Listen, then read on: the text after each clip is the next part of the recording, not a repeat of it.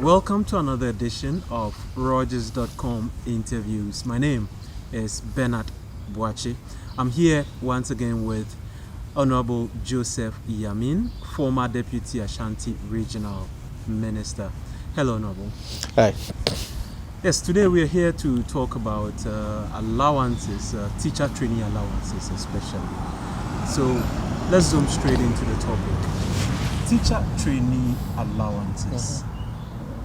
Where from this idea, and has it served its purpose? Can you give us a brief background?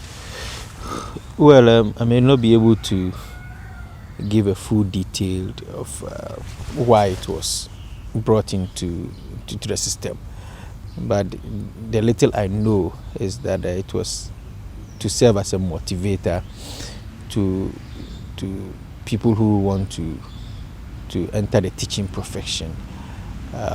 We are told by history that very few people wish to teach. As the saying goes, that the teacher's reward is in heaven, not on earth. So very few people will wish to be teachers. And so in order to get more people into the classroom, government introduced, the Kwame Nkrumah administration introduced the allowance system just to serve as a motivator. Along the line, when Nkrumah was overthrown, it was scrapped, and some of the schools were turned into secondary schools, and so the level dropped again, and the Jerry Rawlings administration, the PNDC, reintroduced the allowance system just to again motivate and encourage a lot of people into the classrooms, and that seems to be the history behind the introduction of the allowance. And would you say, Honorable, that these allowances have indeed achieved the purpose for which they were introduced? Yes, it has, to a large extent, because there are people who entered into the training college for two simple reasons. One is to be able to go through school without difficulties. The second one is to get an immediate employment after school. So you get being paid just as you are admitted into the training college, and just after completion you have a placement for work. And so clearly, if you watch the system from the time it was introduced, then you could just come to the conclusion that it has played a vital role in the educational sector. Now, government has announced it's scrapping these allowances, and obviously it has incurred the displeasure of many of these students, teacher-trainees. Why would government do that, and is government not shooting itself in the foot? I'm happy you mentioned some of the teacher trainees, not all, and I'll be surprised to find out that all teacher trainees are in support of the current boycott of government policy. The simple reason is that I happen to be a council member of St. Louis Training College, and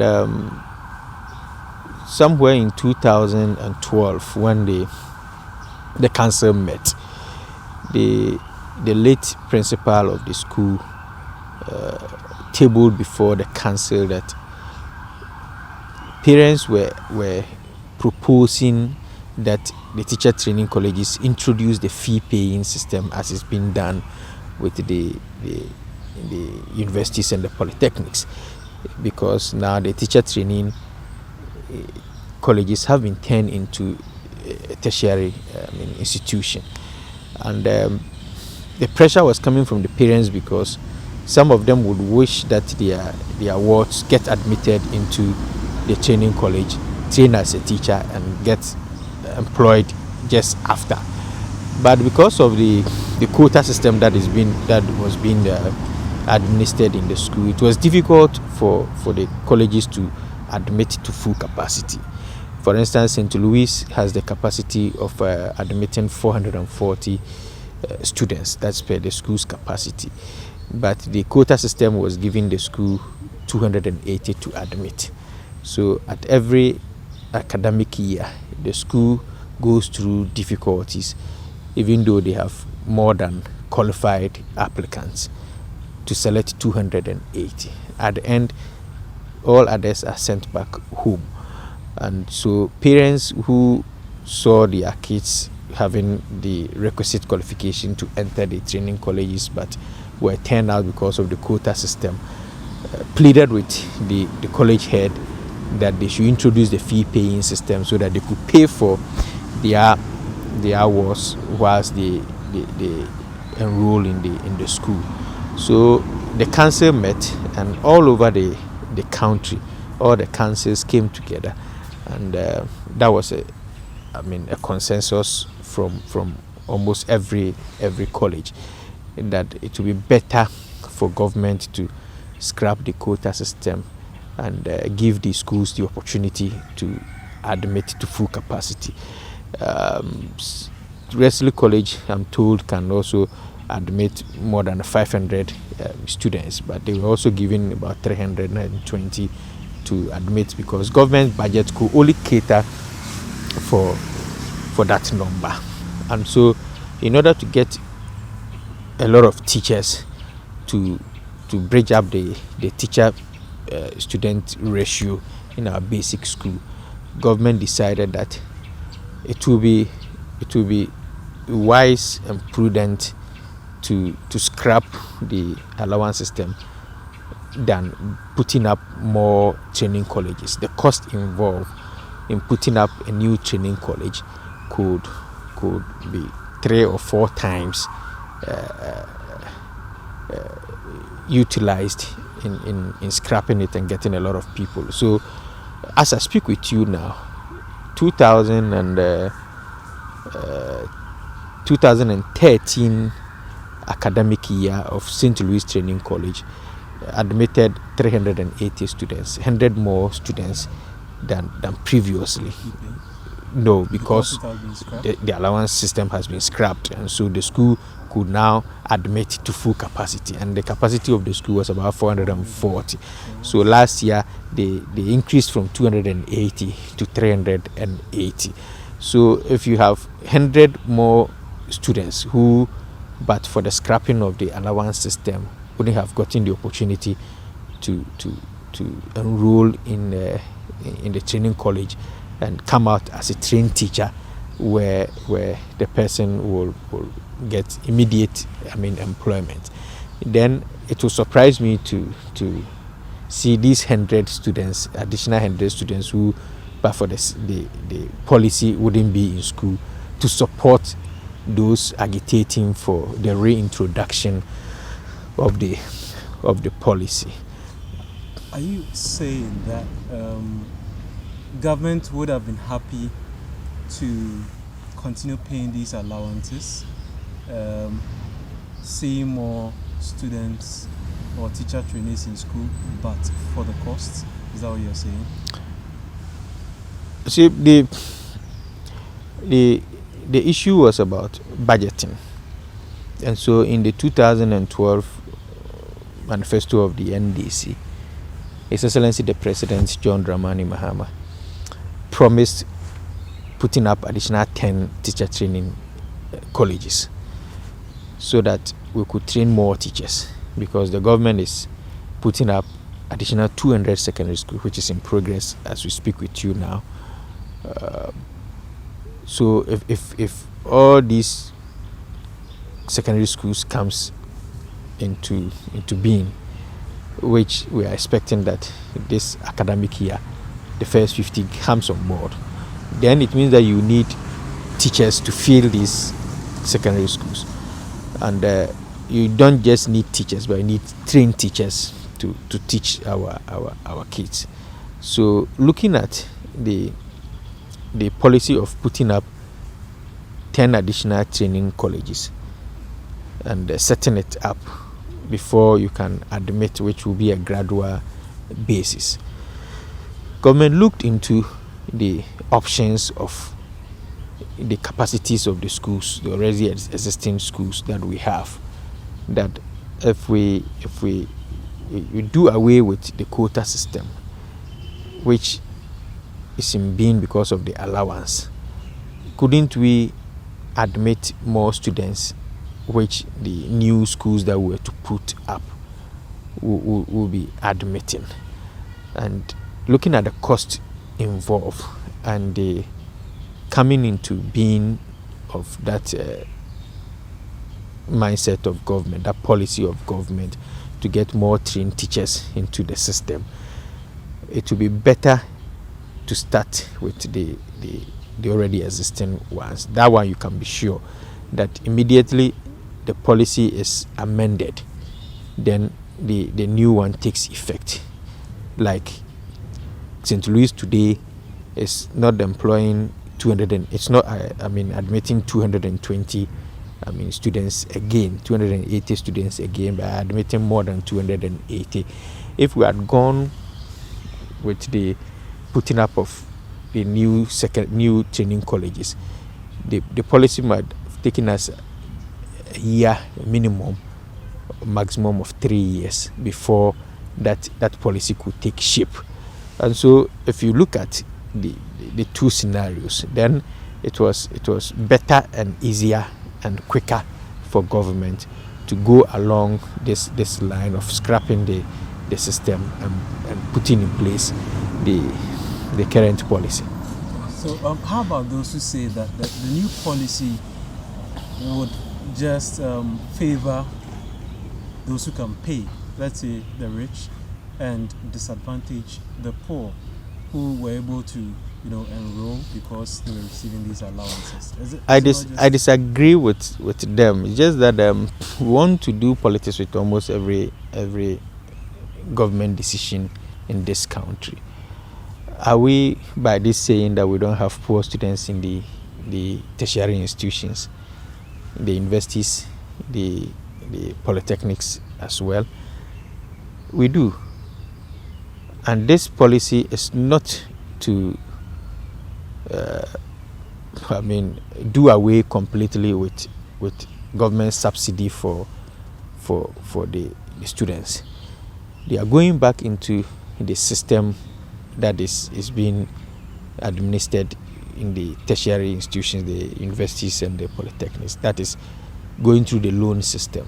So you have access to the student loan trust. You access your loan to support your education. And so if we don't have barriers in the universities and the polytechnics, they can admit to full capacity, and the students can access the loan and cater for themselves. Why should anybody want to differentiate the training colleges with the universities? It's not to in any way be advantage and disadvantage to anybody. It's a policy that is opening up the teacher training institutions to a lot of people who wouldn't have gotten the opportunity if that policy was to be intact as at now. Well, now let's look at the impacts on the country's education. Now that the allowances have been scrapped, I learned also that the implication is that these trainees are not going to be posted automatically once they are done with their training, but they will have to apply for jobs where there are vacancies. What happens then to the rural communities? Because naturally people don't want to move to the rural communities, but if you are posted there because you are receiving these allowances, you are likely to go. But if you pay your fees and you are done, you have to apply. Everybody might want to teach in the towns and cities. Not at all. I mean, we are just trying to justify why we wouldn't support that policy. I remember when the Kufuor government was ruling, they introduced the sponsorship system. So you enter the training college, you get to a district to sponsor you, get you, some endorsement, so that just after your school, you are posted to that district. And so I don't see why people will want to bring in this asset now, knowing very well that we have a shortfall as far as teacher student ratio is concerned. And so government has more room to employ every trained teacher. And now government wants to make it a point that anybody in the public school classroom should be a trained teacher. So in the teacher training colleges today, if you are not a master's holder, you can't teach in the training colleges. I've forgotten the deadline, but I knew there was a deadline for all teachers in the training colleges to upgrade themselves into a minimum of a master's degree. And so if you're not a master's degree holder, you can't teach in the training college. Same way, if you're not a graduate teacher, trained teacher, you can't be in the secondary school, and you still have to go through the teacher training institution to be able to teach at the basic level. So we'll have trained, qualified people teaching, unlike previously where anybody who has a certificate could apply and be employed as a teacher. You have the knowledge, all right, you can impact it into the kid, but because it's not your profession, it's difficult to impact in them the knowledge that a real teacher or a trained teacher would impact. And so government has room to employ all these people. If it is about registering and getting to know where you are being sent to, this shouldn't be an issue, and there shouldn't be any fear and panic in the system. Government has said it time and time again that the mode of placement after school still remains. The only change here is that government is taking away the allowance system so that the schools can admit to full capacity. Me and you sitting here who one day may wish to be trained as a teacher could have the opportunity of entering the training college. Okay. Now, I've heard the running mate of the largest opposition party in the country, the NPP, that's in the person of Dr. Mahmoud Bawumia, saying that when the NPP, or if the NPP wins power, they're going to reverse this decision and bring back the allowances. Any thoughts on that? Well, I think Dr. Bawumia rushed in answering that question, and I'm not sure he will get the needed intended political score that he wished to get, simply because Dr. Bawumia should have thought that it's not just a policy that you could just by word of mouth scrap. And so saying that when we come to power, if unfortunately we come to power, we will scrap it. I think that it was a rash statement or answer from Dr. Bawumia. Secondly, I also believe that Dr. Bawumia could have also looked at certain factors that permeate the introduction of the policy. Is Dr. Bawumia saying that if they come and will scrap the current policy and bring back the allowance system, they will be able to allow the schools to admit to full capacity? Will they have the budget for still keeping St. Louis to admit to the full capacity, or he's scrapping the system so that they go back to that old system that from the day that the allowance system is scrapped, is brought back, the schools are to go back to that old system where St. Louis will now be admitting 280 students instead of the 380 they have admitted today. If Dr. Bawumia had thought of that in answering his question, then he would have given a different answer to that. It's Dr. Bawumia again saying that it's a bad policy for government to get a lot of our kids being trained as teachers. Don't forget that at a certain point in our history, we had a lot of teachers moving from Ghana into Nigeria, and that was where we had a shortage of teachers.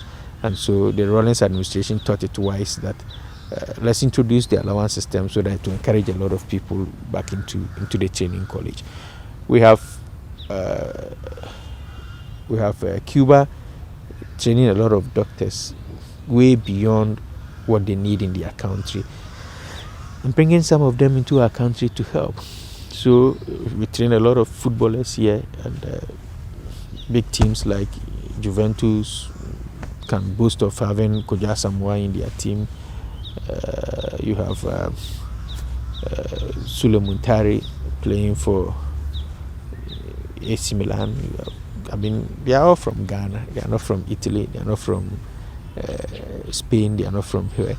But they are playing because we have more than we need to entertain ourselves in our country. So even if we overtrain more than we need, we can still have some more to give out, where to bring in some revenue for government. And so training more teachers for the country. And today we have a lot of private schools also springing up. If you tabulate the number, I'm sure the private schools are even outnumbering that of the public schools. And mostly you get untrained teachers teaching in the private schools, even though they do better when it comes to examination.